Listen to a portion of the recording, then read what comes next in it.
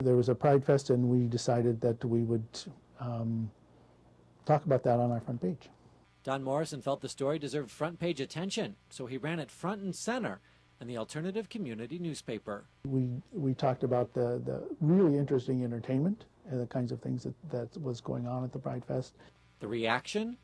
For the most part, it was quite positive. Morrison says there were some unpleasant surprises as well. We had some phone calls from people. One woman said it was just disgusting, and how could we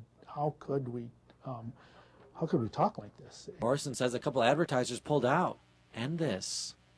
I actually had somebody who was passing through Bismarck call and say he was a minister of a church, and was saying that anybody who printed things like this, and he used rather harsh language, wasn't a real Christian. Ron Hildahl is gay and lives in Mandan with his partner Dan Tokash. Ron says even though this area is seen by many as conservative, he thinks Bismarck is relatively open-minded.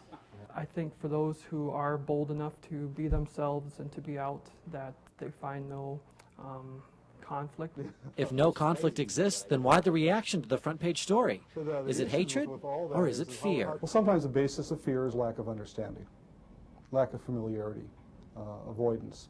We don't get a clear picture of what something is about because we've avoided it, and thus their stereotypes continue to exist as a result of that. Dan Tokash says it's the media sensationalizing that feeds into the stereotype, which is why articles like the one published in Prairie Independent are so important.